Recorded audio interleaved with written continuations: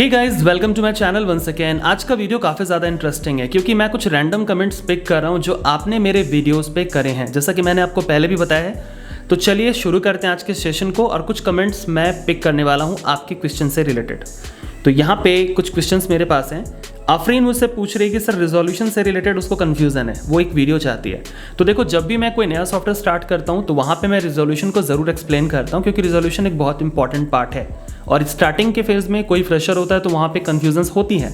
तो चलिए मैं इसे थोड़ा सा एक्सप्लेन कर देता हूँ। तो सबसे पहले आपको ये डिसाइड करना है कि जो डॉक्यूमेंट आप बना रहे हो उसका पर्पस क्या है। क्या वो डॉक्यूमेंट डिजिटल प्लेटफॉर्म पे जाना है, दैट मीन्स कि या वो फेसबुक पे, इंस्टाग्राम पे पोस्ट होना है या फिर किसी वेबसाइट पे जाना है।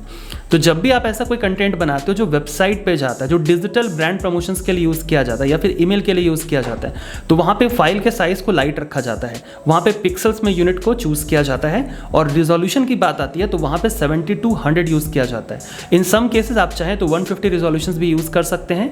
इससे क्या होगा कि जो क्वालिटी है वो क्रिस्प क्लियर आएगी, थोड़ा अच्छा वो दिखेगा। अगर जब हम उसे स्केल करते हैं, जूम इन करते हैं तो वो पिक्सेलेट करेगा। बट अगर आप मोबाइल फ़ोन के लिए, वेबसाइट के लिए नॉर्मल यूज़ कर रहे हो तो 72 इज़ द स्टैंडर्ड। ध्यान रखिएगा कि कलर में हमेशा RGB को पिक करें क्योंकि RGB के कलर ब्राइट होते हैं। तो इसका मतलब ये हो गया कि डिजिटल जब आप कंटेंट क्रिएट करते हैं तो कलर RGB होगा, 72 आप रखेंगे, 100 या 150 रख सकते हैं इन सम केसेस अगर आपको ज़्यादा अच्छा क्वालिटी चाहिए तो। अदरवाइज आप 72 रख सकते हैं जिससे फाइल का साइज़ भी लाइट रहेगा। ओके, पिक्सल्स में यूनिट को लेंगे। ओके, नाउ अगर आप प्रिंट मीडिया से रिलेटेड कोई कंटेंट्स को बनाना चाहते हैं देन आप कलर को CMY के रखेंगे, रिजोल्यूशन 300 रहेगा जिससे कि वो प्रॉपर अपना जो क्वालिटी उसको मेंटेन करके रखे। अगर आप 72 में अगर प्रिंट आउट कर दोगे या 72 रिजोल्यूशन में बनाकर प्रिंट आउट कर दोगे तो क्वालिटी थोड़ी डिग्रेड हो जाएगी।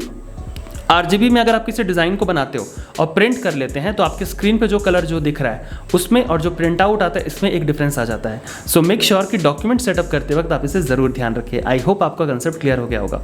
Now so the next question is, जाजी प्रिंस पूछ रहे हैं कि सर ई बुक सेटिंग के लिए हमें सजेस्ट करें, क्या कंडीशन है, क्या क्या चीज़ें उसको फॉलो करनी है। ओके, चलिए।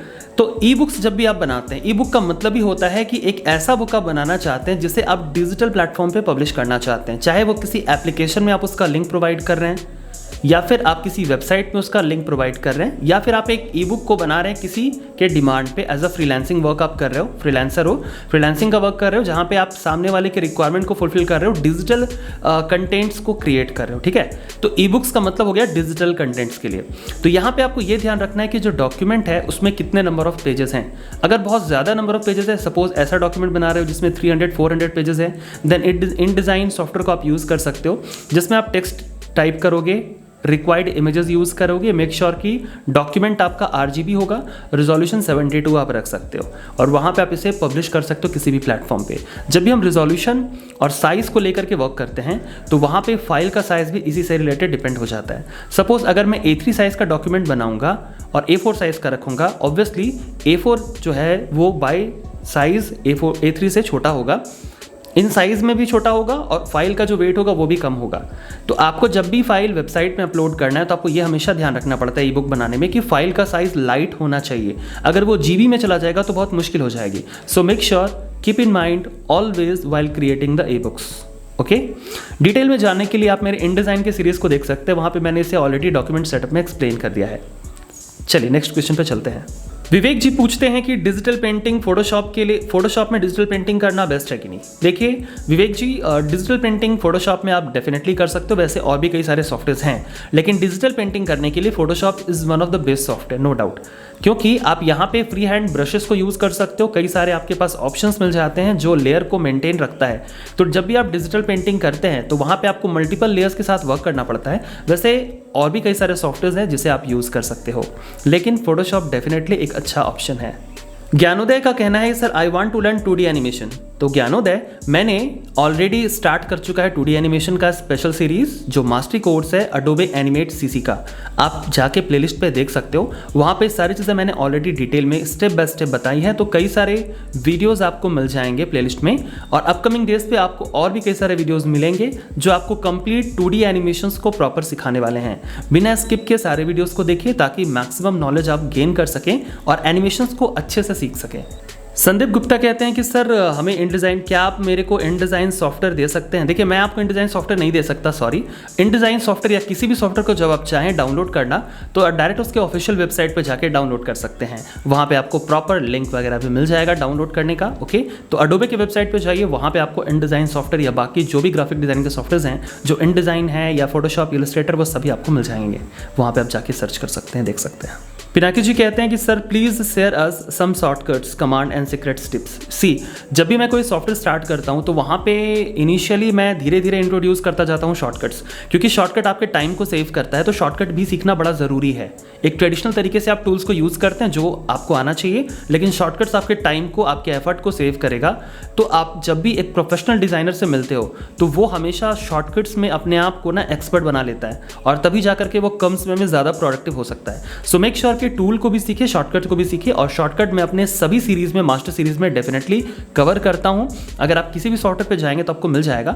आपने InDesign से रिलेटेड पूछा है तो InDesign का मास्टर सीरीज़ मैंने ऑलरेडी बना के रखा है, प्लेलिस्ट पे जाके आप देख सकते हैं। तो सीरीज़ में अब चूंकि कई सारे लोग स्किप कर करके वीडियो को देखते हैं तो वहाँ पे इंपॉर्टेंट चीज़ें उनसे मिस हो जाती है। सो आई रिक्वेस्ट यू कि नेवर डाउनलोड माई वीडियो, ताकि हम भी मोटिवेटेड रहे। भाई अगर हमारा वीडियो ही डाउनलोड होगा तो हमारा वॉच टाइम खराब होगा, हमारा चैनल डाउन होगा, तो हम फिर आगे आने वाले दिनों में कंटेंट कैसे बनाएंगे? सो चैनल को सपोर्ट करें। अगर अच्छा लगता हो तो लाइक करें, कोई डाउट है तो कमेंट करके हमसे आप पूछ सकते हैं। सारे इंपॉर्टेंट लिंक्स मैंने डिस्क्रिप्शन में शेयर किया। इंस्टाग्राम, फेसबुक पर मुझे फॉलो कर लीजिए, और सब्सक्राइब नहीं करा है तो क्या करा है यार, सब्सक्राइब कर लो, ताकि मैं आपको और ज़्यादा सपोर्ट कर सकूँ और आप भी हमें सपोर्ट कर सकते हैं हमारे वीडियोज़ को शेयर करके, ओके।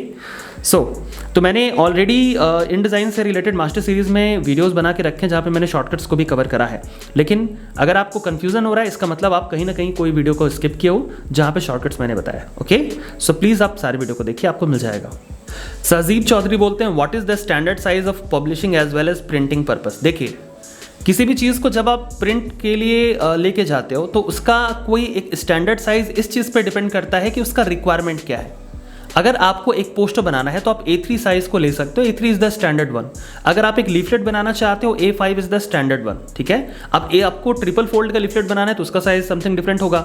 अगर आपको एक नॉर्मल डॉक्यूमेंट बनाना है तो आप A4 में बना दो। अगर आपको फ्लैक्स बनाना है प्रिंट के लिए तो उसका अपना एक साइज अलग अलग हो सकता है, 6x4 हो सकता है, 8x4 हो सकता है, it's depend on the requirement. अगर आपको होर्डिंग बनाना है 10x20 भी हो सकता है, 15x20 भी हो सकता है, 20x20 भी हो सकता है। तो it's completely depend on the client requirement कि क्लाइंट क्या रिक्वायरमेंट है उसका, और उसी के बेसिस पे आप डिसाइड करते हो कि आपको डॉक्यूमेंट क्या बनाना है। तो स्टैंडर्ड साइज अगर बोले तो ये स्टैंडर्ड साइज ये डिपेंड करेगा क्लाइंट के रिक्वायरमेंट पे। कभी भी आप एक स्पेसिफिक साइज को लेकर के हर एक डिज़ाइन सिर्फ उस पे ही नहीं बना सकते।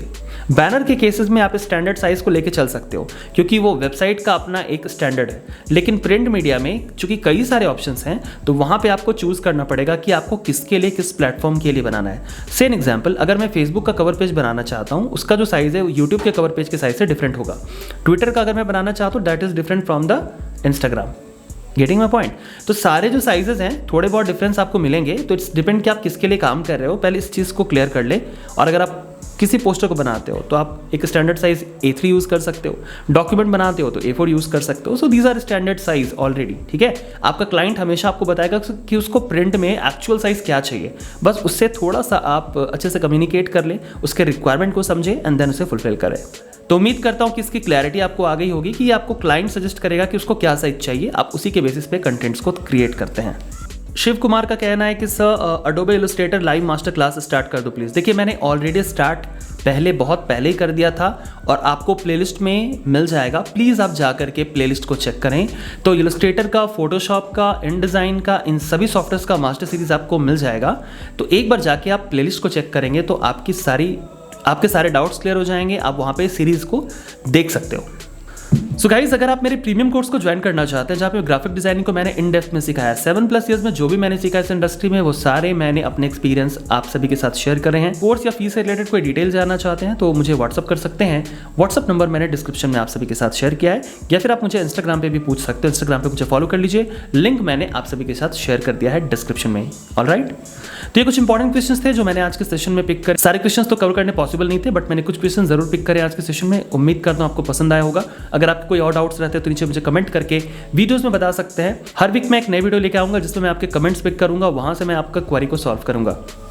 सो आप मेरे साथ जो भी अपने डाउट है वो शेयर कर सकते हैं। अगर हमारा वीडियो आपको अच्छा लग रहा हो तो प्लीज़ लाइक करें, शेयर करें। मिलते हैं अगले वीडियो पे, तब तक के लिए bye, take care and thanks for watching this video guys.